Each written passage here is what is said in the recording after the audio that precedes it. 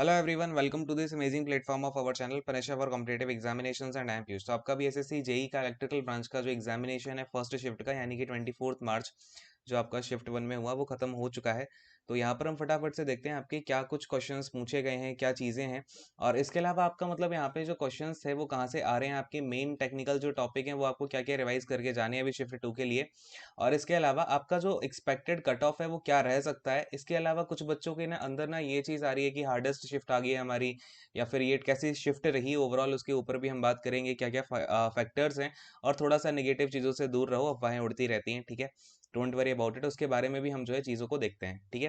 तो to the point बातें करेंगे। सबसे पहले तो मैं आपको पेपर के बारे में बताता हूँ, क्या कहाँ पे क्या क्वेश्चंस पूछे गए, क्या चीज़ें आपकी अलग देखने को मिली, रीजनिंग में क्या कुछ अलग मिला, टेक में क्या अलग मिला, और यहाँ पर हम जीके में क्या चीज़ें एक्सपेक्ट कर रहे हैं, जीके में क्या आपका ज़्यादा से ज़्यादा आ रहा है, ठीक है। तो जीके में ही बता देता हूँ, सबसे ज़्यादा आपका करंट अफेयर्स आज भी देखने को मिले हैं सबसे ज़्यादा, ठीक है। आपके यहाँ पे अराउंड 12 से 15 क्वेश्चंस आए हैं करंट अफेयर के। और अगर मैं टाइम की बात करूँ तो जुलाई से लेकर के दिसंबर 2020 यही सबसे ज़्यादा पूछा जा रहा है। तो आप लोग ये तो करके जाओ बहुत अच्छे से, ठीक है। कॉन्टिन्यूसली आपके क्वेश्चंस आ रहे हैं, जुलाई से दिसंबर के बीच में ही अभी तक सारे के सारे क्वेश्चंस देखने को मिले हैं। तो ये तो सबको रिवाइज करके जाना चाहिए। इसके अलावा आपको जनवरी और फरवरी पर भी थोड़ा सा फोकस कर लेना है, जो मेजर इवेंट्स हो गए जनवरी और फेब 2021 के, ठीक है। तो ये चीज़ें यहाँ पर आपकी देखने को मिली हैं। अब हम सीधा यहाँ पे थोड़ा पहले टेक की बात करते हैं। टेक में आपके क्या चीज़ें देखने को मिल रही हैं, क्या कुछ डिफरेंसेस आ रहे हैं पिछले साल से या फिर नहीं आ रहे हैं, ठीक है। तो अगर मैं टेक सेक्शन की बात करूँ तो पिछले साल से, यानी कि आपका जो 2020 में हुआ था, उससे ज़्यादा चेंजमेंट यहाँ पर देखने को मिला नहीं है, ठीक है। चेंज यहाँ पर पेपर ज़्यादा नहीं हुआ है। बस आप ये कह सकते हो कि पिछली साल अगर 19 पेपर आया था तो इस साल आपका इलेक्ट्रिकल वाला 20 देखने को मिला है, ठीक है। ज़्यादा कुछ खासा अंतर नहीं है। न्यूमेरिकल्स के नाम पे कुछ नहीं आया, ठीक है। न्यूमेरिकल के नाम पे कुछ नहीं आया, मुश्किल से शायद 2-3 न्यूमेरिकल देखने को मिले होंगे, ये बिल्कुल लल्लू पंजू, ठीक है। तो आपका पूरा का पूरा पेपर जो है कैसा था, कॉन्सेप्चुअल और फिर थ्योरी पर बेस था, ठीक है। बट अगर देखा जाए तो रियली में एक पेपर आपका थोड़ा सा कॉन्सेप्चुअल आया है। अगर मैं आपसे बात करूं, सबसे ज्यादा क्वेश्चन 14 to 15 क्वेश्चन आपके आए हैं किससे, डीसी मोटर से, ठीक है। किससे आए हैं, डीसी मोटर्स से आए हैं।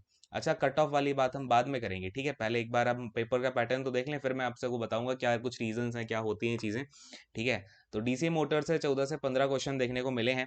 अच्छा, अब यहाँ पर एक चीज और देखना आप कि 14 to 15 क्वेश्चन डीसी मोटर से, और बाकी के जो बचे 5-6 क्वेश्चन है यहाँ पर ये आपको ट्रांसफार्मर वगैरह से देखने को मिले हैं, ठीक है। ट्रांसफार्मर से जो बेसिक वाले क्वेश्चन बनते हैं ना, एफिशिएंसी हो गया है ना, नॉर्मल बेसिक से क्वेश्चन जो हो गए, उनमें से टोटल मिलाकर के बने हुए हैं।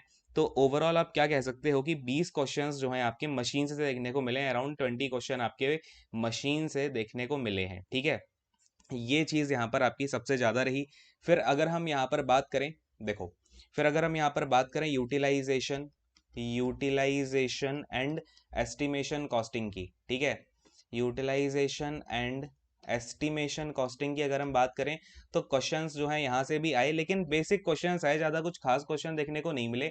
5 से 7 क्वेश्चन आपके अगेन यहाँ से भी देखने को मिले। वैसे टॉपिक थोड़ा सा उल्ट ऊट पटांग रहता है। तो देखो, इसमें से बात क्या है कि 2-3 क्वेश्चन ऐसे थे, 2 क्वेश्चन ऐसे थे जो कि आपको यहाँ पर उलझा सकते थे, ठीक है। थोड़े से वियर्ड टाइप जो क्वेश्चंस मैं आपको बोलता हूँ वो थोड़े से थे।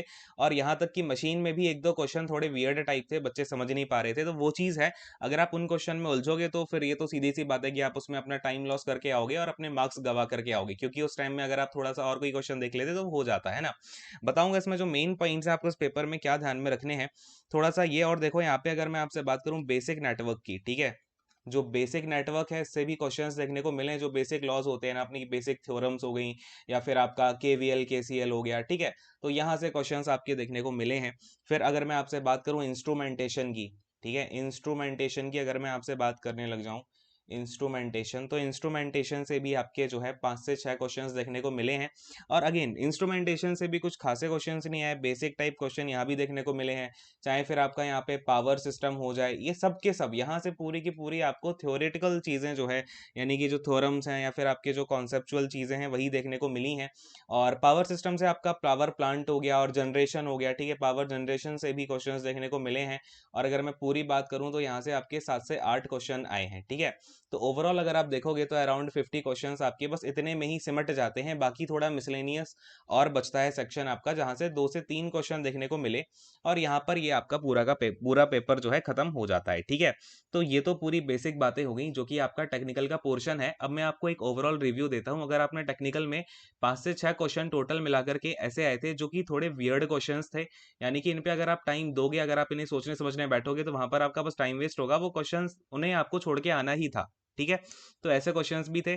अगर इसमें आपने टाइम वेस्ट किया है तो इसमें आपकी ये मतलब आपकी गलती है। आपको पता होना चाहिए एग्जाम टाइम में आपको 3 से 4 क्वेश्चंस छोड़ने ही होते हैं, ठीक है। तो ये बात है।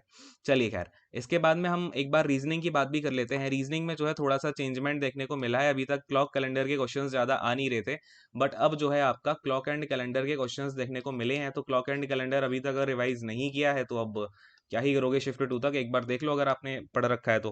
क्लॉक एंड कैलेंडर के यहाँ पे आपको 5 से 6 क्वेश्चंस देखने को मिले, काफी ज्यादा आए हैं।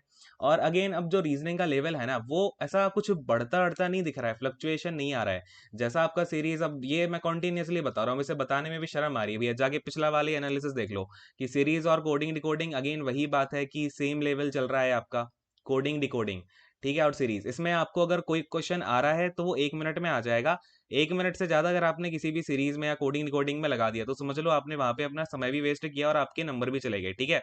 इसलिए आपको ये चीज यहाँ पर ध्यान में रखनी है कि रीजनिंग करते टाइम आप एक बार पूरे के सारे क्वेश्चंस देख लो। समझ में आ रही है बात?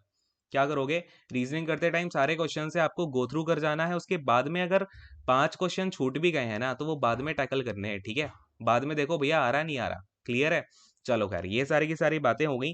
और अगर मैं आपसे कट ऑफ की बात करूं, कट ऑफ की अगर हम बात करें, तो कट ऑफ जो है आपकी अगर आपके अभी अटेम्प्ट्स हो रहे हैं 140 के आसपास, ठीक है, तो आप इसे सेफ अटेम्प्ट्स में ले सकते हो। और ये मैं जो भी बताता हूँ ये जनरल के बेसिस पे, यानी कि हाईएस्ट बताता हूँ। मैक्सिमम इतनी जा सकती है, उसके नीचे +- 10 तो होता ही रहेगा, ठीक है। -10 तो होता रहेगा, प्लस से ज्यादा नहीं होगा, ठीक है। 140 प्लस आपका आराम से जाएगा, क्योंकि देखो पेपर का लेवल ज्यादा ज्यादा हाई नहीं आया। बस आप ये समझ लो जैसा प्रीवियस ईयर का था वैसा ही आपका इस ईयर का है, ठीक है। ज्यादा कुछ फ्लक्चुएशन नहीं है, ज्यादा कुछ वेरिएशन यहाँ पर हमें देखने को नहीं मिला है, क्लियर है। अब देखो बहुत सारे बच्चे यहाँ पर पेपर हार्ड आ गया, ये आ गया, वो आ गया, फिर बहुत सारी वीडियोस पड़ी हैं कि टफेस्ट शिफ्ट आ रही है, अब टफ आने लग गया है पेपर। तो देखो रियली में ऐसा कुछ भी नहीं है। अगर आप जाकर के पिछले साल के हालात देखोगे जो 2020 के बने थे, तो वहां पर इतना ज्यादा फ्लक्चुएशन हो रहा था ना हर शिफ्ट में कि समझ ही नहीं आ रहा था क्या चल रहा है, ठीक है। और सिविल वालों के तो उन्होंने बिल्कुल तोड़ दिया था, सिविल वालों को शिफ्ट 2 में, ठीक है। तो यहाँ पर लेकिन ऐसा कुछ देखने को नहीं मिला है सच।